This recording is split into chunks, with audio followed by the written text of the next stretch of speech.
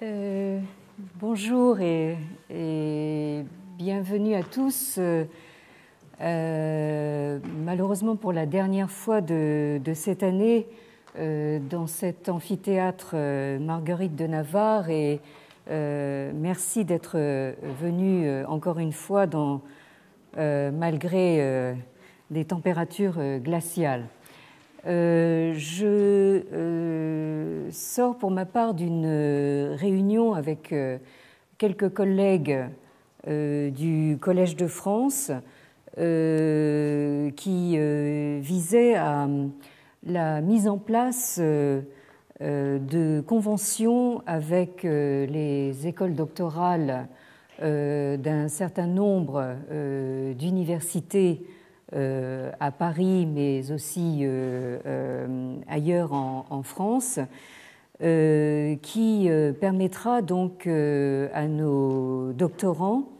de valider donc les enseignements qu'ils peuvent suivre au Collège de France. Ça, c'est une disposition importante pour nous parce que nous ne voudrions pas que nos collègues croient et nos étudiants croient que le Collège de France est une espèce de forteresse inaccessible. Au contraire, nous considérons comme porteurs d'une mission de service public, comme j'y insiste assez souvent. Donc, pour tous ceux qui nous écoutent ici, ou par d'autres moyens, par Internet, vraiment, je voudrais faire passer ce message. Donc, à partir de la rentrée prochaine, c'est tout à fait officiel. Donc, les doctorants qui suivent les enseignements du collège pourront valider tous ces enseignements. Alors, nous avons vu la semaine dernière de quelle manière le texte du Lun des entretiens attribués à Confucius est à revisiter à la lumière des avancées conjointes des philologues et des archéologues, c'est-à-dire donc que ce texte est à relire non plus comme un texte d'auteur, ni même comme le résultat d'un processus continu de stratification et de sédimentation textuelle ou d'accrétion. Alors merci donc à l'auditeur qui m'a confirmé l'usage du moins scientifique de ce mot en français. Donc non pas le processus exactement d'un processus d'accrétion, mais bien plutôt comme une concrétion d'unités textuelles mobiles qui se retrouvent dans diverses sources dont les contextes différents leur confèrent des portées et des significations variables. Alors, on a vu que ces unités textuelles peuvent même se retrouver sur des supports aussi inattendus, du moins pour nous, que des embouts de tuiles d'époque Han, dont le rapprochement avec des unités textuelles tirées du Lun nous ont amenés à nous demander si elles ne reflèteraient pas davantage des messages politiques caractéristiques du début des Han, c'est-à-dire donc nous sommes au deuxième, premier siècle avant l'ère chrétienne, c'est-à-dire caractéristiques de l'instauration d'un nouvel ordre impérial centralisé, plutôt que l'enseignement prétendu authentique de Maître Krong, de Confucius, qui lui, donc, comme on le sait, a vécu au 6e, 5e siècle avant l'ère chrétienne. Alors, c'est là du moins la thèse de ceux qui s'appellent eux-mêmes les révisionnistes, pour qui le Lun-Yu n'a pas pu se fixer en tant que livre. Alors le livre étant conçu comme un ensemble relativement stable de pian, ici, ce que nous traduisons conventionnellement par chapitres, qui sont eux-mêmes on pourrait dire, des stabilisations ou des fixations d'un certain nombre de zhang, c'est-à-dire des sections ou ce que nous appelons depuis un certain temps des unités textuelles. Alors, pour ces révisionnistes, ce processus de stabilisation ou de fixation sous forme de livre ne peut pas avoir eu lieu avant donc le milieu des Han occidentaux, c'est-à-dire aux environs de 150 avant l'ère chrétienne, ce qui nous amène donc à peu près donc au règne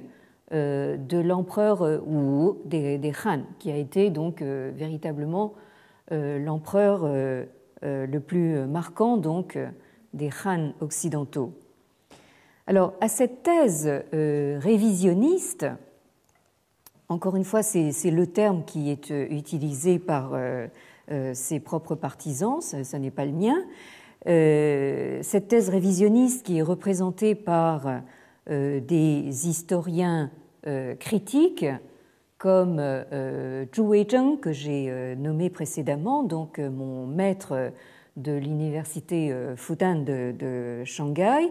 mais aussi et surtout actuellement représenté par des sinologues occidentaux, dont la plupart sont anglophones. Donc à cette thèse révisionniste s'opposent farouchement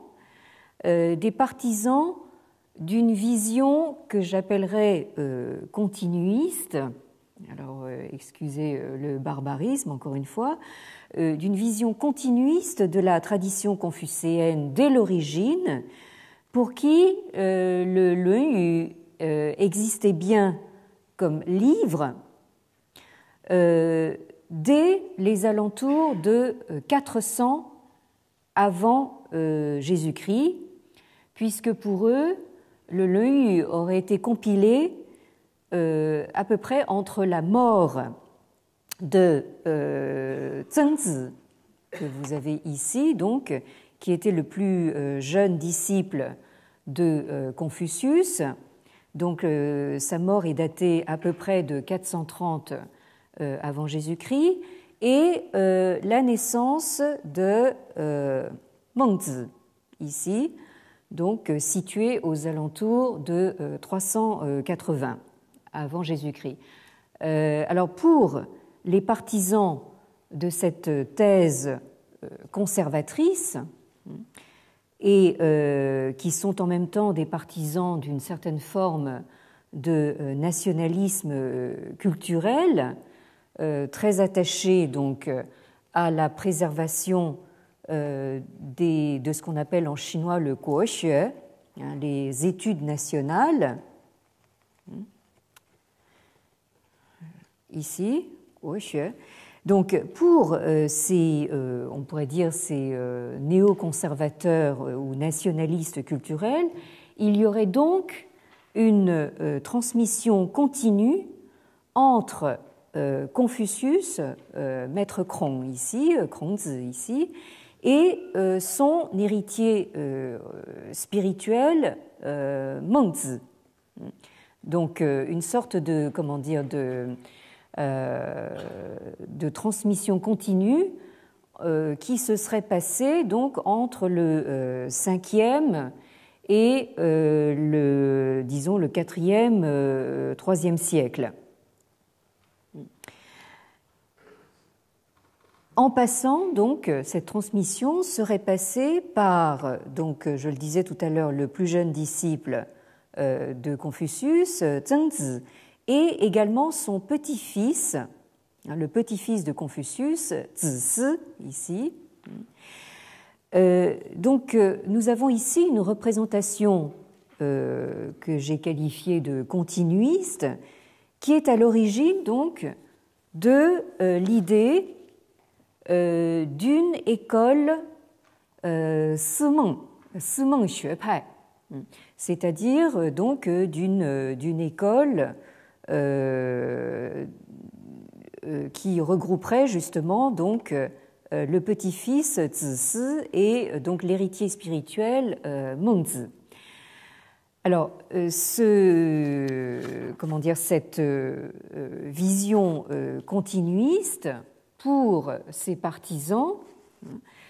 trouverait sa corroboration dans les manuscrits qui ont été exhumés des tombes depuis les 40 dernières années et qui sont datés, je le rappelle, nous en parlions encore la dernière fois, qui sont datés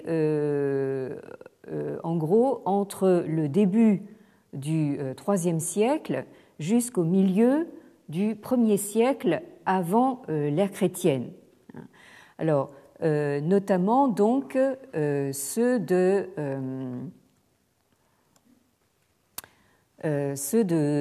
Guo Dian, que vous avez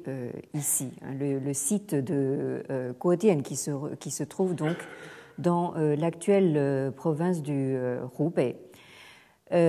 Donc, les textes manuscrits qu'on a exhumés de ces tombes se trouvent ainsi rattachés,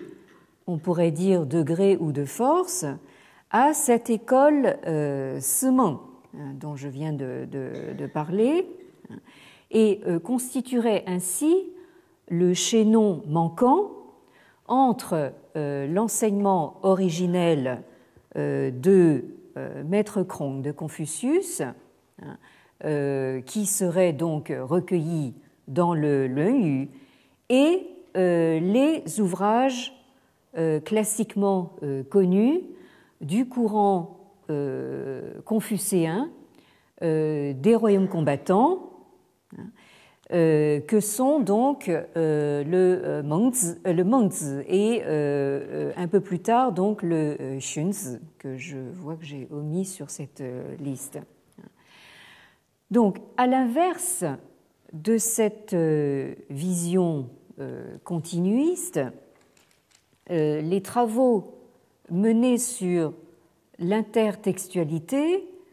ont révélé que deux textes qui nous apparaissent aujourd'hui comme analogues, comme étant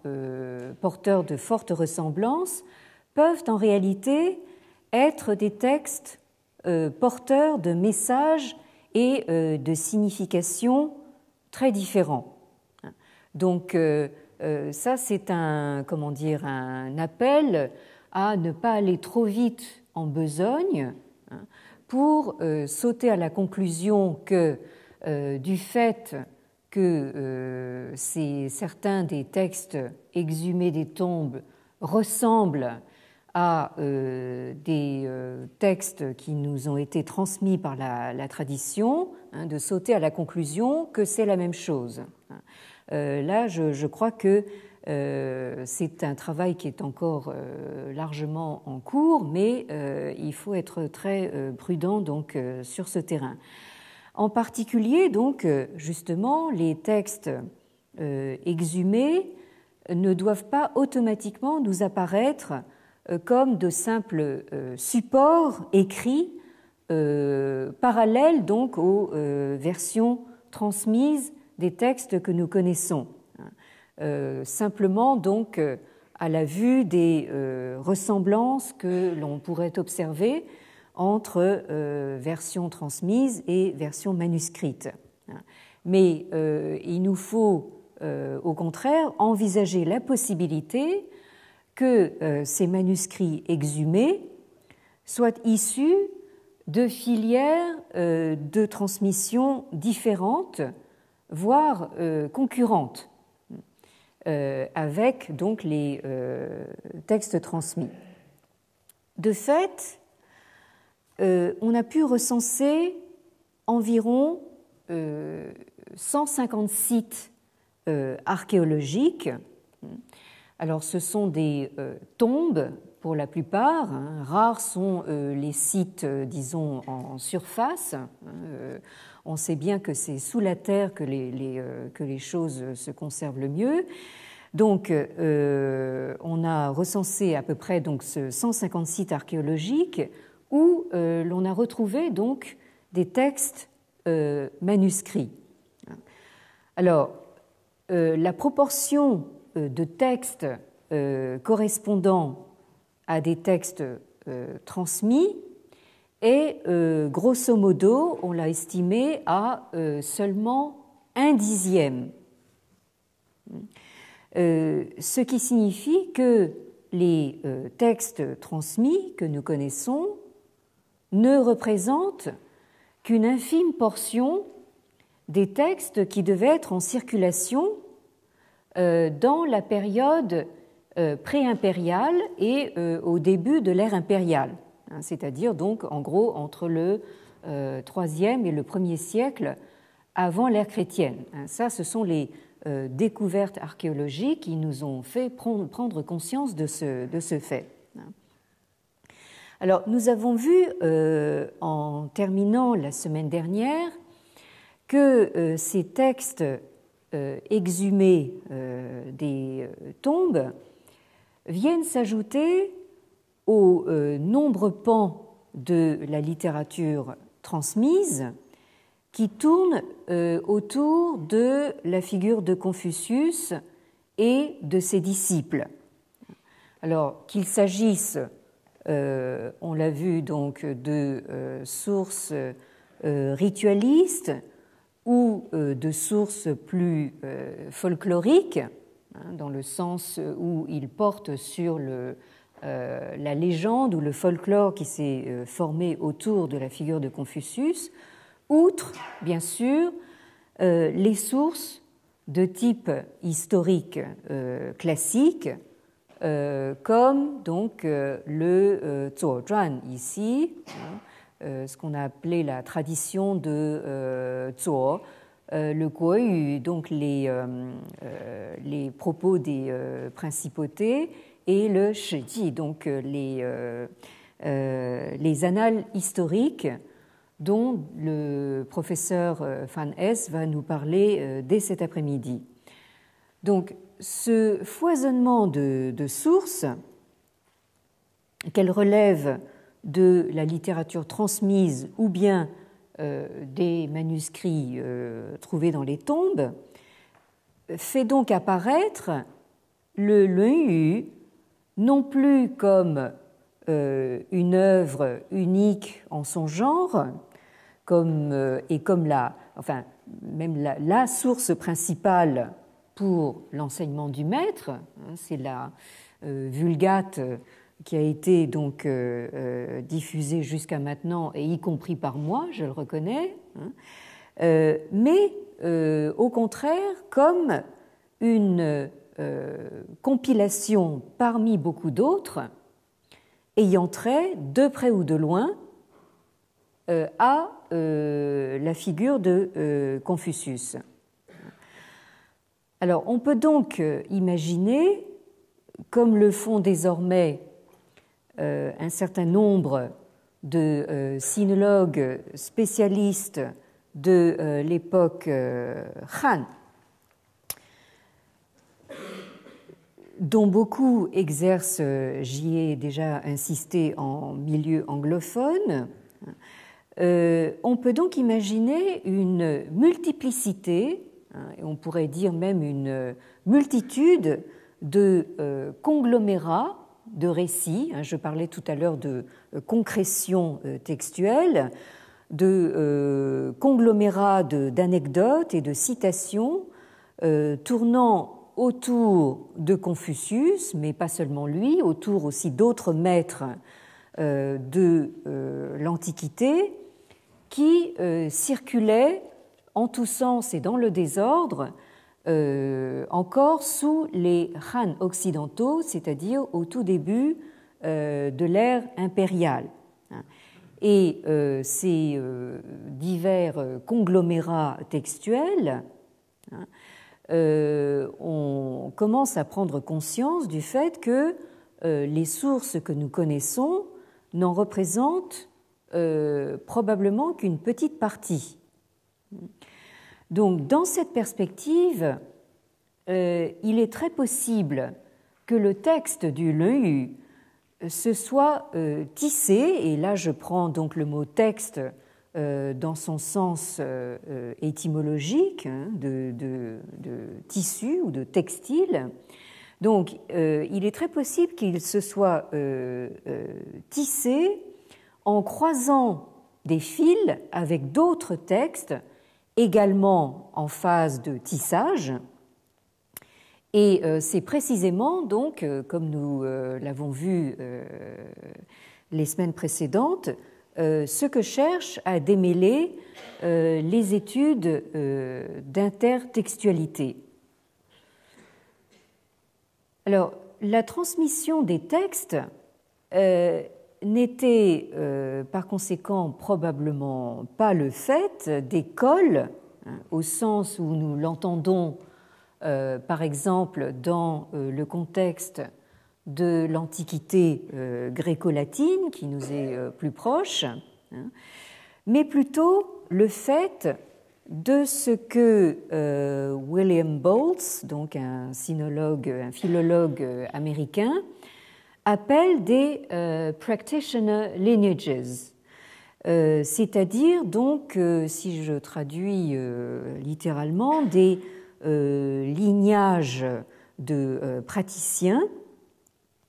Et en cela, William Boltz s'appuie sur les travaux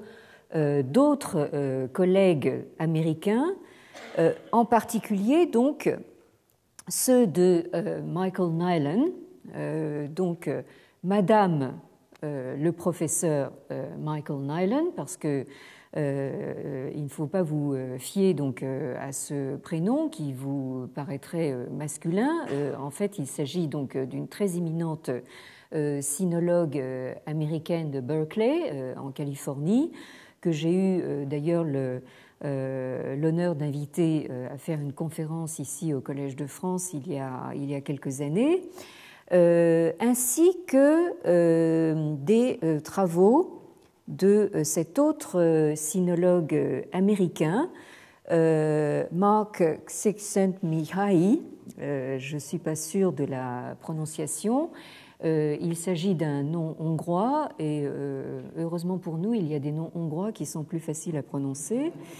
Donc, les travaux donc, de ces deux sinologues américains ont porté donc sur ce que William Boltz appelle les practitioner lineages au début des Han. Alors, il faut entendre par là donc des lignages ou on pourrait dire des filiations qui transmettaient non pas des textes figés, mais bien au contraire des pratiques vivantes. C'est cela qu'il faut entendre par cette expression. En effet, et il faut également entendre que les textes eux-mêmes font partie justement de ces pratiques vivantes. En effet, les textes,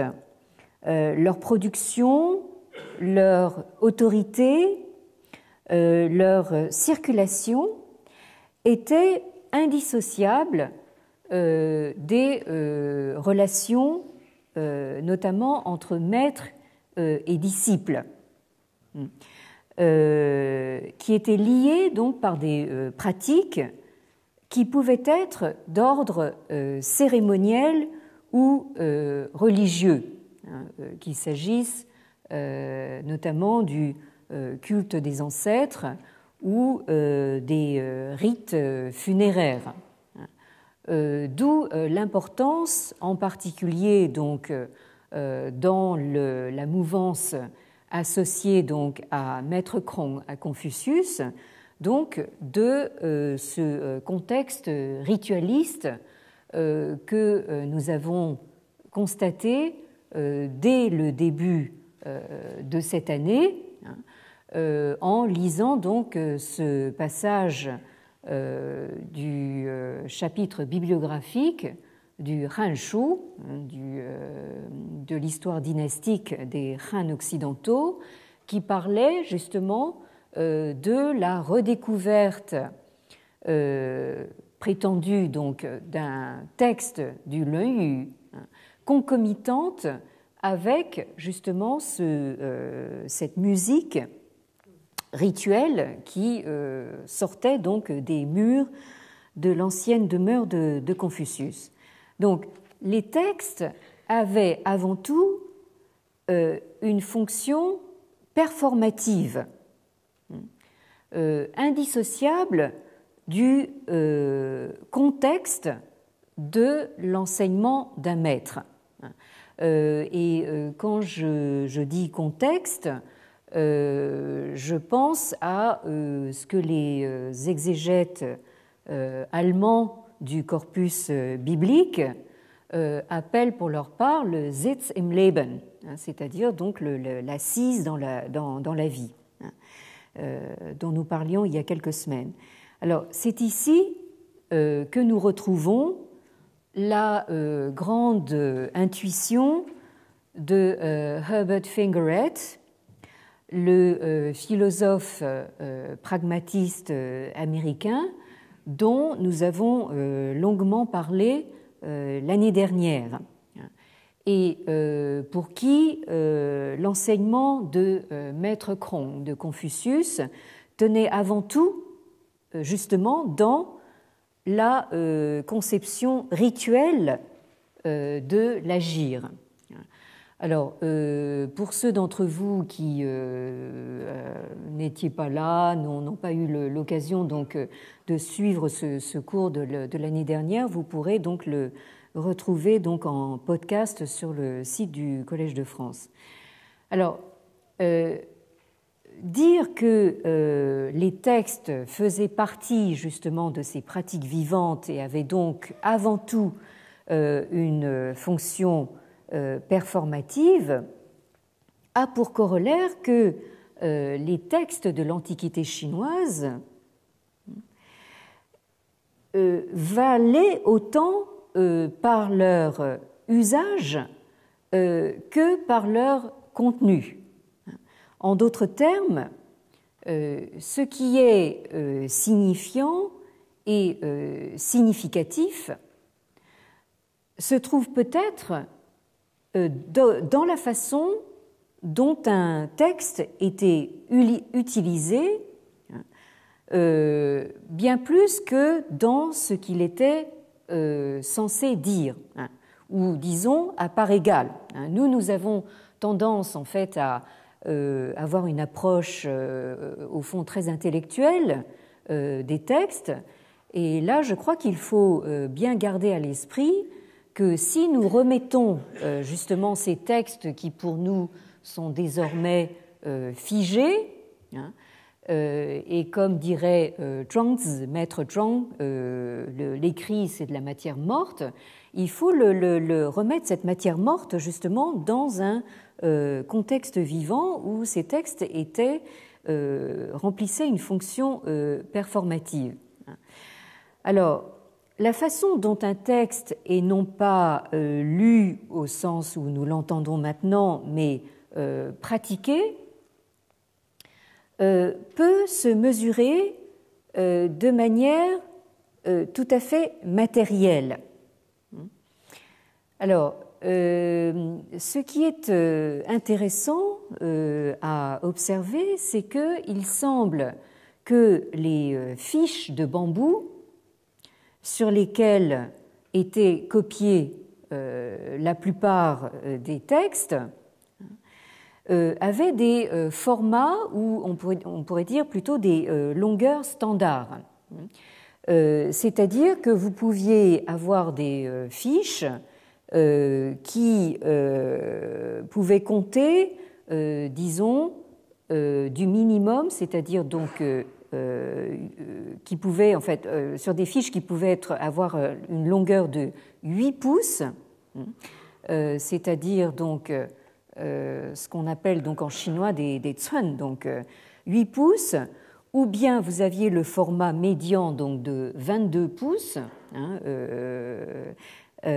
ou bien de 30 pouces. Ces longueurs, hein, ces cun donc, correspondaient à un nombre à peu près équivalent de caractères, c'est-à-dire donc une fiche ou une latte de bambou. Hein, je vous rappelle un petit peu comment se présentent ces lattes. Évidemment, là vous avez vous en avez une comme ça ici, où vous avez une espèce de reproduction pour touristes tout à fait contemporaine ici. Vous voyez comment elles se présentent. Hein. Elles sont reliées entre elles par ces cordelettes, hein, au milieu, et donc chaque fiche peut donc être, enfin disons, les textes étaient inscrits sur des fiches de longueur différentes. Et il semblerait que le nombre de caractères correspondait au nombre de cun, c'est-à-dire au nombre de pouces. Autrement dit, si vous aviez une fiche longue de 8 pouces ou de 8 cun, hein, vous pouviez être à peu près sûr d'avoir à peu près 8 caractères donc inscrits sur cette fiche. Même chose pour 22 pouces, 22 caractères, 30 pouces, 30 caractères. Sans qu'il y ait donc de blanc laissé en bas de chaque fiche. Et il se trouve donc que dans les séries de fiches qui ont été retrouvées, par exemple, sur le site de Guotien, que vous avez ici, dans le Hubei. Je vous rappelle qu'il s'agit d'un site qui a mis au jour une tombe en 1993, datée des environs donc de 300 avant Jésus-Christ. On y a retrouvé donc une série de fiches qui étaient à peu près longues de 7 ou 8 cun. Et on a fait le même type de découverte donc dans une tombe datée d'une époque plus tardive, donc à Tingzhou, ici, donc une tombe qui, elle, est datée de 55 avant Jésus-Christ. Alors, selon l'historien Li Ling, dont j'ai eu à maintes reprises l'occasion de vous parler, donc, qui est professeur au département d'histoire de l'université de Pékin, hein, à Peita, ces fiches de Guotien comporteraient donc des ressemblances avec le Textus Receptus, donc la version transmise du Leu, tant par la forme que par le contenu et la formulation. Alors, encore une fois, ça c'est l'opinion de Li Ling, mais il vaut mieux donc rester assez prudent. Mais selon Li Ling, donc, les fiches de Guotien se présentent de la manière suivante, c'est-à-dire que vous avez donc un zhang, c'est-à-dire donc une section du Leu transmis qui se trouve copié donc sur les fiches de Guotien, sur 2 ou 3 fiches, c'est-à-dire donc une section moyenne du Lun tel que nous le connaissons actuellement, donc on en retrouve en fait par fragments donc sur des fiches de Coatien, à raison de 2 ou 3 fiches par section. Toujours selon Li Ling, les fiches de Coatien tentent à montrer que le texte du Lun a été copié donc zhang par zhang, c'est-à-dire comme on copie des fiches bibliographiques, c'est-à-dire donc une référence à la fois. Ce qui tendrait, je m'exprime toujours au conditionnel, ce qui tendrait donc à confirmer la thèse que je vous exposais les semaines précédentes, c'est-à-dire que nous avons affaire à des unités textuelles indépendantes et mobiles que l'on peut donc disposer et redisposer à son gré, exactement comme on fait pour des feuilles volantes dans un classeur. Alors, ce qui est intéressant ici, c'est que on a bien remarqué que ces fiches, aussi bien de Coatien que de Dingzhou, ont cette longueur donc minimale, ce format minimal de 7 ou 8 pouces, cun. C'est-à-dire, ça nous fait quelque chose comme environ, à peu près 10, entre 15 et 18 cm. Autrement dit, c'est la longueur à peu près d'une main. Enfin, moi, j'ai une main assez petite, mais disons que là, nous sommes, comme le dit Li Ling, dans l'édition de poche. Li Ling ajoute avec sa malice habituelle que ça nous donne à peu près le même format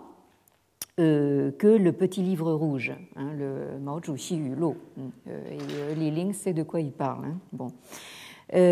Donc, il est quand même intéressant de voir justement que ce formatage se trouve confirmé par les témoignages de très grands lettrés des Han orientaux, c'est-à-dire donc, là pour vous rafraîchir un tout petit peu la mémoire, je vous remets donc ces repères historiques ici, donc qui vous seront utiles si vous suivez donc la conférence du professeur Fan S cet après-midi. Donc la dynastie Han donc comporte disons 2 parties. Vous avez en gros une partie qui se situe dans les 2 premiers siècles avant l'ère chrétienne, interrompue par l'intermède de Wang Mang au tout début de l'ère chrétienne, et ensuite une deuxième partie qu'on appelle conventionnellement les Han orientaux et qui concerne donc les 2 premiers siècles de l'ère chrétienne. Alors, nous avons donc des témoignages de très grands lettrés des Han orientaux. Donc là, nous sommes à une époque relativement tardive par rapport justement à ce que nous avons considéré jusqu'à maintenant, mais leur témoignage est important quand même. Je parle ici du témoignage de Wang Chong, qui dans son Lunheng nous parle aussi donc de formatage différents des fiches de bambou,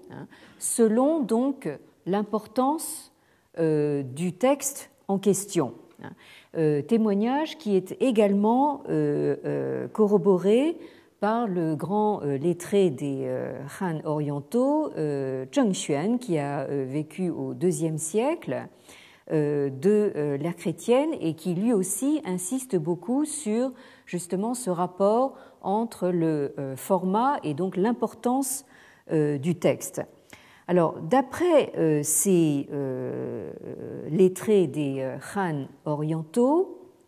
les textes les plus importants, c'est-à-dire ceux que l'on considérait comme déjà comme des classiques, hein, c'est-à-dire les Qing. Les Qing, ce sont donc les grands corpus auxquels se rapporte le plus souvent donc la tradition confucéenne. Vous avez le corpus des odes, le Shijing, donc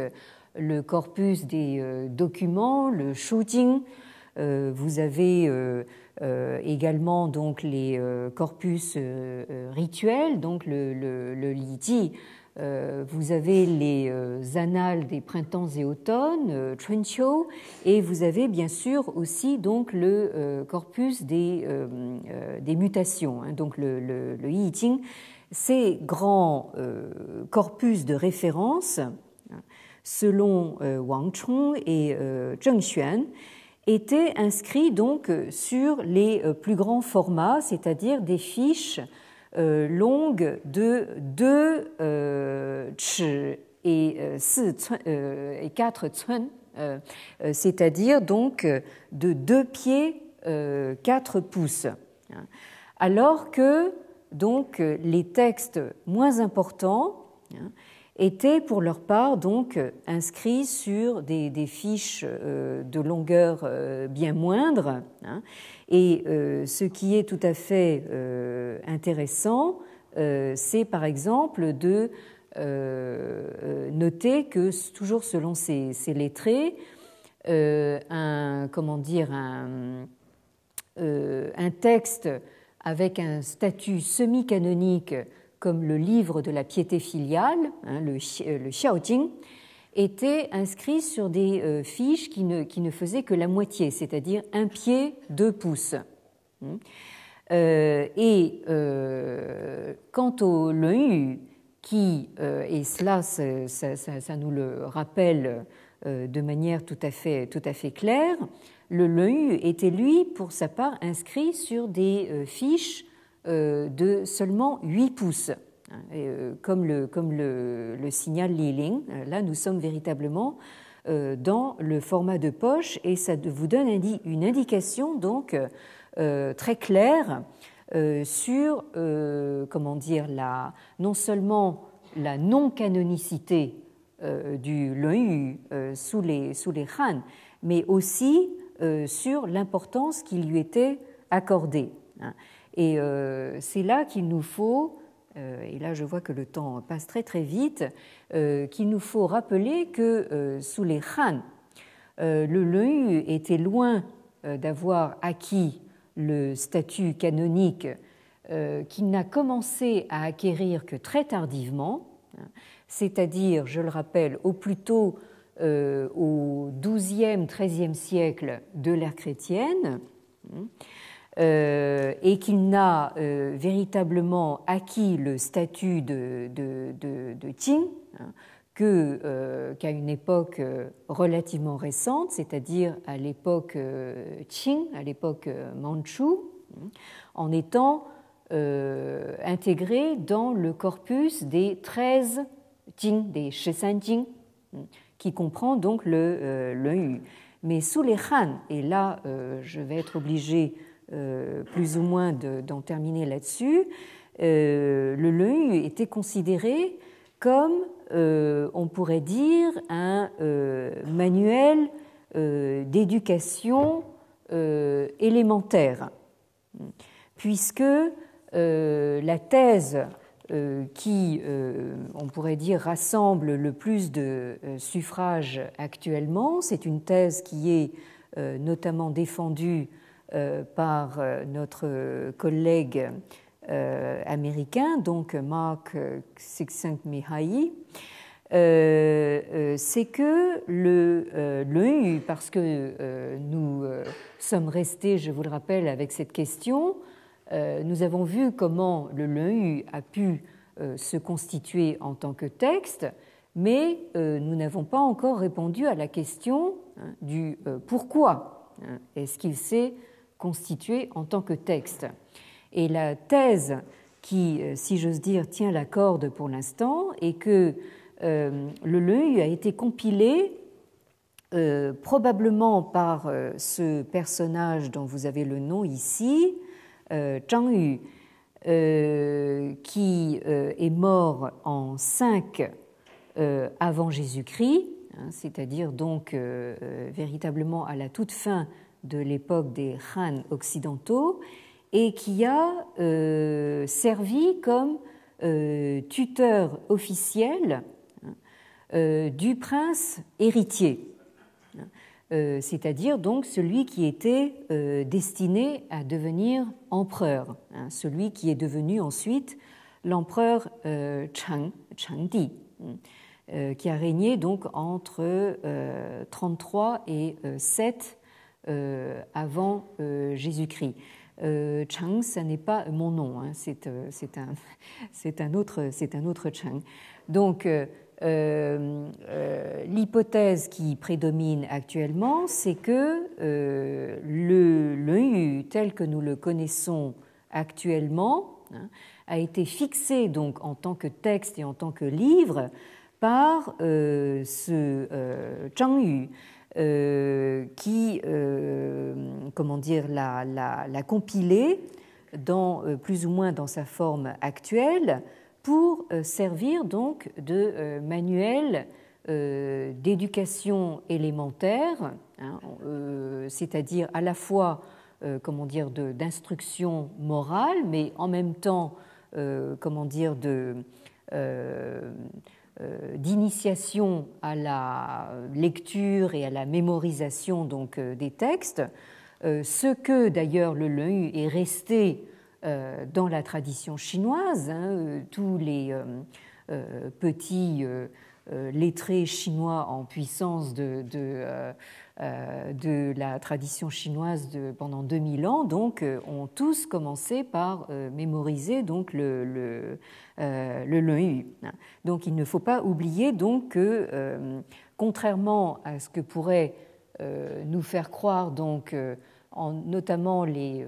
nationalistes culturels dont je parlais tout à l'heure, et qui voudraient faire du Leu une sorte d'équivalent de la Bible ou des évangiles, le Leu est loin d'avoir acquis un statut canonique dès sa constitution en tant que texte. Alors, je terminerai juste sur cette image d'une version donc des classiques gravée sur pierre, datée donc de 175 de l'ère chrétienne. Nous sommes donc à la fin des Han orientaux, et vous voyez un petit peu donc l'évolution depuis donc l'inscription des textes, d'abord sur des supports extrêmement mobiles comme ces fiches de bambou, pour finir justement littéralement fixés, dans la mesure où ils sont gravés sur pierre. Là, il s'agit donc du classique des mutations, donc du I Ching, gravé sur pierre, sur stèle, donc qui était érigé devant l'Académie impériale, de façon à avoir justement un texte de référence, donc un texte fixe, pour une fois, pour les on pourrait dire les docteurs, les doctorants de l'Académie impériale. Alors, nous arrivons à l'issue de 4 années de cours dont le point de départ, vous vous en souvenez peut-être, a été le phénomène du retour de Confucius que l'on observe actuellement en Chine continentale et qui tente à se répandre à l'échelle globalisée comme marque de fabrique, si j'ose dire, du soft power, hein, de la puissance, comment dire, douce à la chinoise, notamment à travers donc la diffusion de ces instituts Confucius. Nous nous sommes ensuite employés à retracer les 2 phases de mondialisation de Confucius qui ont précédé cette dernière forme de mondialisation, à savoir donc la phase européenne au temps des Lumières, puis la phase américaine au siècle dernier. Et ce long travelling arrière, si vous me permettez ce terme cinématographique, nous a permis non seulement d'ouvrir largement la perspective historique dans la longue durée, mais aussi de prendre conscience des lunettes avec lesquelles nous avons désormais l'habitude de lire le Lun. Alors, cette année, nous avons poussé un peu plus loin en nous efforçant de reconsidérer le texte du Lun sans lunettes, c'est-à-dire sans les lunettes de la tradition canonique ou les lunettes des interprétations philosophiques qui se sont accumulées au cours des siècles. Nous avons donc poussé dans le sens d'un effort déconstructionniste qui a eu pour effet de faire apparaître un tout autre texte des entretiens dont on finit même par se demander s'il a un rapport avec Confucius et lequel. Mais le grand paradoxe dans tout cela, c'est qu'à force de parler de ces différentes revisites de Confucius et des entretiens qui lui sont attribués, nous n'avons pas parlé, ou si peu, de Confucius lui-même. Alors, certes, comme vous le savez autant que moi, des quantités incalculables de choses ont été dites et des quantités incalculables de livres ont été écrits sur lui depuis des siècles, et notre propos n'était évidemment pas de les passer en revue, tâche impossible s'il en fut et heureusement inutile. Alors, toutefois, nous ne pouvons pas nous permettre de laisser derrière nous un terrain en friche, retourné dans tous les sens, en nous disant après nous le déluge. Donc, après avoir consciencieusement déconstruit et démantelé toutes les vulgates existantes, nous nous retrouvons au milieu d'un vaste chantier avec la question, finalement, que reste-t-il de Confucius dans tout ça, et est-ce qu'il faudrait donc en rester avec la conclusion que Confucius ne serait qu'une invention des Han, et à partir des Han, une perpétuelle réinvention. Est-ce qu'il n'est que ça? Et s'il n'est que ça, il reste tout de même la question de savoir comment Confucius s'est fait un nom. Il est évident que quand nous arrivons à la fin de l'Antiquité pré-impériale et au début de l'ère impériale, Confucius, c'est quand même un nom connu. Alors, comment expliquer justement comment s'est constituée sa légende. Alors, légende, à prendre là aussi au sens étymologique du terme, hein, des legendas, c'est-à-dire de ce qu'il y a à lire. Donc, je finis sur ce constat et il me paraît à moi, et vous me direz si vous êtes d'accord là-dessus, il me paraît nécessaire d'ajouter donc au cycle que nous venons de clore, donc de Confucius revisité, une sorte d'épilogue assez prolongé qui pourrait s'intituler Confucius retrouvé, avec un point d'interrogation, hein, par référence au poème du grand écrivain anglais Milton, donc Paradise Lost, le paradis perdu suivi de Paradise Regained, hein, donc le paradis retrouvé, ou peut-être un peu plus parlant pour la jeune génération, donc au film Matrix, la matrice suivie de Matrix Reloaded, hein, la matrice rechargée. En tout état de cause, donc, je pense qu'il serait nécessaire de poser longuement cette question, donc Confucius retrouvé avec un point d'interrogation. Donc j'ai comme l'impression que nous n'en avons pas